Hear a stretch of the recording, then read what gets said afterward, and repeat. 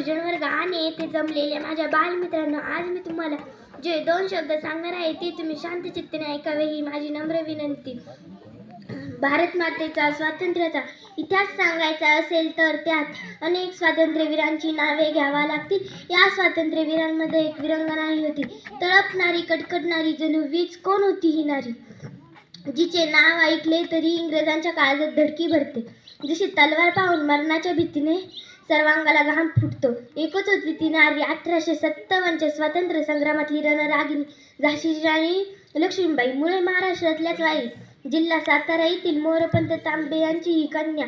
दुसरे बाजीराव पेशवे तर लाडाने या चिमुकलीला छबेली म्हणायचे. तिच्या बालपणी तिच्या आईला तिच्यापासून हिरावून नेले देवाने. तिच्या बालपणावर फार मोठा अपघात केले.